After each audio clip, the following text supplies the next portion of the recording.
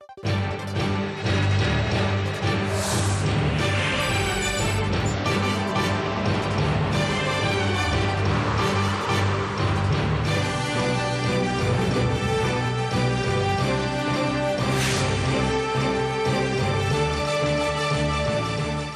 and welcome to our newscast. I'm Daniel Chef for Arirang News. Let's start with the headlines. South Koreans who made the cut to take part in the inter-Korean family reunions hold a pre-session, one day ahead of the actual event to learn about the itinerary and precautions they need to abide by. China's GDP growth rate drops below 7% for the first time in 6 years. We look at how it will impact Korea. The Korean government shifts strategy in countering low birth rates and aging population, but experts are skeptical about the effectiveness of the new plans. President Park Geun-hye carried out a cabinet reshuffle on this Monday, replacing her senior presidential secretary for foreign affairs and 2 ministers. She tapped Kim Kyou-hyun, deputy chief of the Presidential Office of National Security, as her new senior presidential secretary for foreign affairs. Kim, a career diplomat, is fit for the part, considering his expertise in both foreign affairs and security issues, according to the Presidential Office of Cheong Wa Dae. The reshuffle comes amid reports that the current senior presidential secretary for foreign affairs, Chul-ki, stepped down after Washington rebuffed Korea's request for 4 key technologies needed to build the KF-X fighter jets last week. President Park nominated Vice Maritime Minister Kim Kyou-hyun as the new Maritime Minister and former Public Procurement Service Chief Kang Ho-in as the new Land Minister. We shift our focus to the hotly anticipated inter-Korean family reunions. With the historic event just 1 day away, South Koreans who will get to meet long-lost relatives living in North Korea have gathered close to the border in Gangwon-do province today for a pre-session. We connect live to our Kwon So-wa, who is at the venue. So, how are the preparations unfolding over there? Hi Daniel, I'm here in Sokcho at the Hanwha Resort, where the South Korean families have gathered here for dinner to meet their North Korean family members tomorrow in North Korea. Now this follows a pre-session, a briefing that they had earlier in the day on precautionary instructions, such as what they should not talk about with their North Korean family members once they cross the border. For example, talking about political issues and specific wordings too. Now, while the families from the South arrived here and went through simple paper proceedings, the president of the Korean Red Cross, which is the organizer of the event, gave a briefing to reporters on the event and talked about the significance of these family reunions. The whereabouts of around 30,000 separated families have been confirmed. From now on, this event must become a regular one because the families on average are in their 80s and 90s. Daniel, what this means is that every day around 10 people of these family members die. That's around 3,000 to 4,000 a year. Right, it is a race against time. We wish we could have more people here today. Unfortunately, that is the bitter reality. For now, we'll focus on the lucky few that were chosen for the reunions. They must be feeling a mix of emotions, having waited for more than 60 years for this very moment. So can you walk us through how the reunion process will happen this week? Sure, Daniel. The reunions are divided into 2 parts. So let's take a closer look by taking a look at this schedule here. Now, after today's pre-session, tomorrow the South Koreans will head to the reunion venue in Mount Kumgang. That's going to be around 390 people to meet 96 of North Koreans that applied for seeing their families in the South. Now, over the course of 3 days, they will meet 6 times for 2 hours. The second round will take place from October 24th to 26th, when 90 people from the South meet with 188 from the North. Now, what's noticeable at the reunions this year is that the farewell meeting will be 2 hours, as Seoul's Unification Ministry had requested for a longer period. Now, after all, this might be the first time in more than 60 years and the last time the families get to see their separated families. Now, that's all I have for now. This has been Kwon So-wa reporting live from Sokcho Hanwha Resort. All right, thank you for that, Soa. Moving on to other stories, North Korea will top discussions when South Korea, China and Japan meet in coming weeks. The three countries are expected to voice opposition against Pyongyang's nuclear weapons development, which is set to further pressure the nuclear state. Connie Kim reports. A joint declaration, including opposition of North Korea's nuclear weapons program, is expected to be adopted by the three countries, South Korea, China, and Japan, when they meet during a trilateral summit in coming weeks. Government authorities said Monday the three countries are in the final stage of deciding on the details and the form of the joint declaration. While the document will focus on trilateral cooperation, the three nations are forecast to pressure Pyongyang to abide by United Nations Security Council resolutions that ban the regime's nuclear and missile programs and promise to resume the long-stalled six-party nuclear talks. The six-party talks involving the two Koreas, Japan, China, the U.S., and Russia was stalled in late 2008 when Pyongyang walked away from the negotiating table. Experts say that following recent but separate bilateral summits among South Korea, the U.S., and China, the joint declaration will have significance in ramping up pressure against the nuclear state. The presidents of South Korea, the U.S., and China had promised to support a peaceful Korean peninsula, calling on the North to refrain from provocations. The joint document is also expected to underscore the importance of facing history, referring to Japan's historical tensions with neighboring countries. Due to ongoing diplomatic tensions over historical and territorial issues, the last trilateral summit was held in 2012. Connie Kim, Arirang News. President Park Geun-hye's approval rating has climbed thanks to her visit to the U.S. The controversial debate on the state-authored textbook also played a part. Lee Soo-eun explains. Of Korea.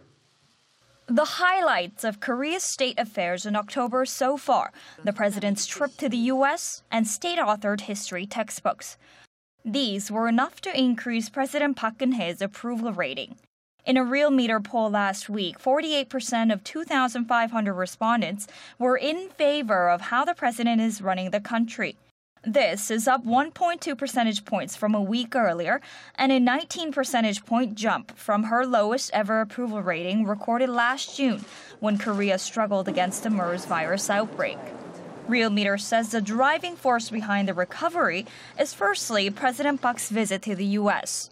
The president's ratings rose after her wreath-laying ceremony at the Korean War Veterans Memorial in Washington, D.C. on the 14th and her Pentagon visit the next day. The ratings stalled, however, when the U.S. officially rejected Seoul's request for technological cooperation in the Korean fighter jet development. The pollster added that the issue of publishing state-authored history textbooks had dual effects. In response to her announcement pushing the state-authored textbook on October 13th, President Park's rating fell slightly. But the debate, in turn, brought together Korea's conservative population, pushing up approval ratings for President Park and the ruling Saenuri Party. Lee Soo-eun, Arirang News.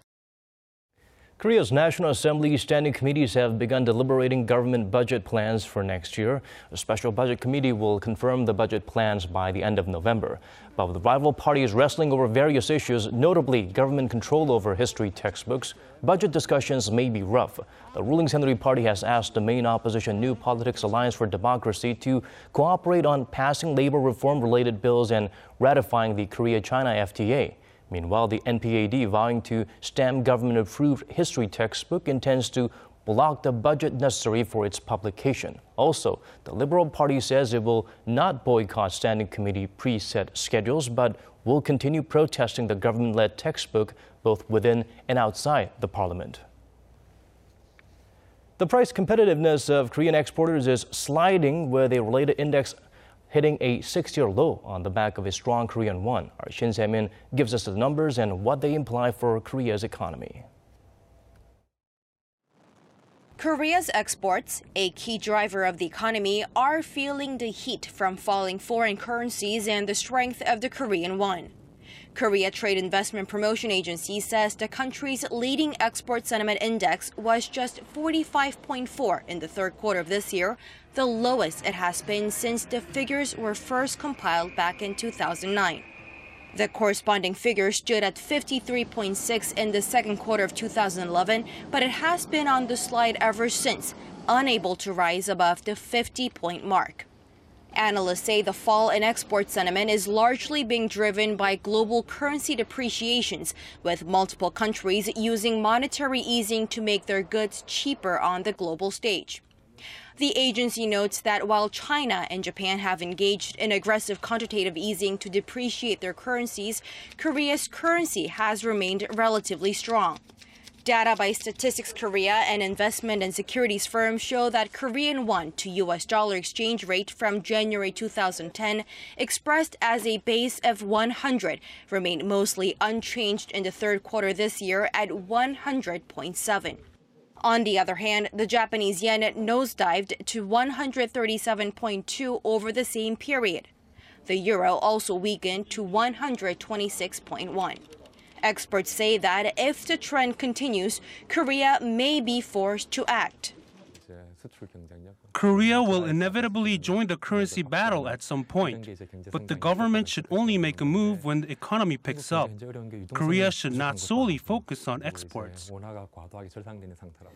Experts say that while a weakened won alone could not revive exports given the current economic conditions, it's important to keep up with the global trend, and efforts to depreciate the local currency might be a policy to consider down the line. 신세민, Arirang News. China's third quarter GDP is at 6.9%. Although it beat market expectations, it's the first time it has fallen below 7% in over 6 years. And as our Kim Kyou-hyun reports, this could spell trouble for Korea, which is reliant on China for exports. Indicating a slowing China, the world's second-largest economy saw its GDP growth rate fall to its slowest level since the global financial crisis.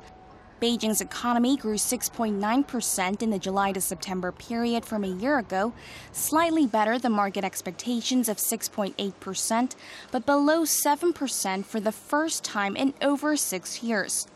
This air of uncertainty raises doubts about China being able to reach its growth target of about 7% this year. As for the reason why the growth slightly slowed in the third quarter, I think the main reason is that the international and domestic economic and financial situation showed new trends and new issues in the third quarter. China's economy has been heading downhill since 2007, and other economic indicators are adding to concerns that Beijing's slowdown may be worse than first thought.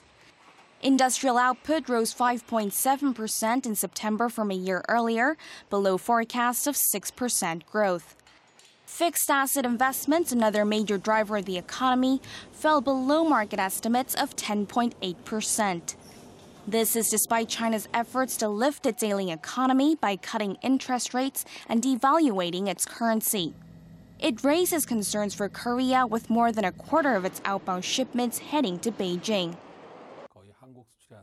China's slowing economic growth rate will have a negative impact on Korea. Korea has already seen its exports to Beijing fall, and as China turns to focus on expanding its domestic supply of intermediary goods, Korea's trade to China can only head downhill.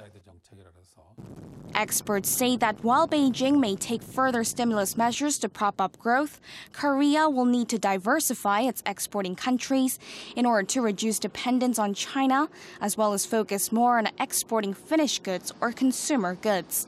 Kim Kyou-hyun, Arirang News.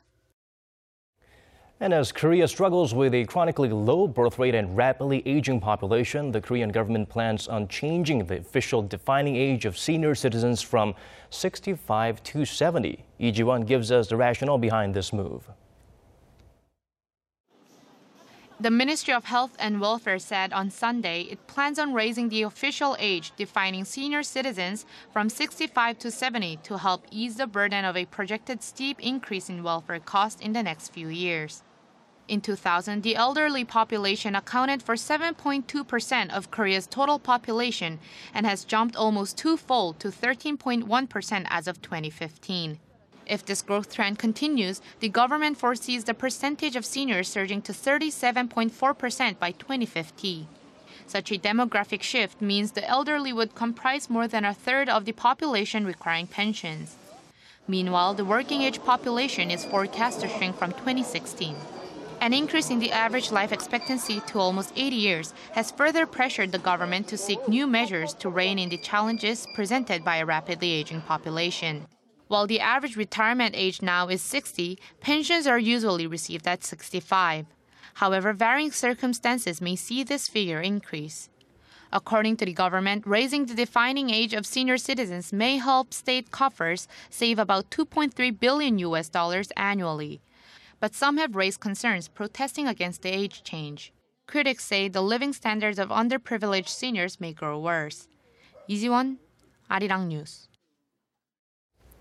Every so often, the OECD releases a report aimed at measuring people's well-being by asking them, how's life? Unfortunately, most South Koreans replied, it's not that great. Son Jung-in looks into why Korea tanked in this OECD ranking. Life satisfaction in South Korea remains substantially lower than the OECD average. According to the organization's recent How's Life report, South Koreans reported average life satisfaction of 5.8 out of 10. The figure is lower than the OECD average of 6.6, ranking 27th among 34 member countries. The organization studied 11 parameters such as income, jobs, health, and work-life balance to assess how people perceive the quality of their lives. Children in Korea feel a relatively low sense of belonging in school. It doesn't get much better at home as they spend only 48 minutes a day on average with their parents, less than children in any other OECD country. The reading and creative problem-solving skills of Korean teenagers are among the highest, but more of them are left neglected, with 8.5% neither in employment, education, or training, the 9th highest in the OECD. In terms of health, although Korea has one of the highest life expectancies, it ranked the lowest in the category of self-reported health, meaning South Koreans are the least confident in their own health conditions. It's a phenomenon that may be closely linked to the collapse in work-life balance, where Korea was ranked one from bottom at 33rd due to long working hours. South Korea ranked a dead last 34th for community, or the network of assistance available to individuals faced with the crisis. Only 73% of respondents said they had a social network they could rely on for assistance when facing difficulties, well below the average of 88% for countries examined. Son Jung-in, Arirang News.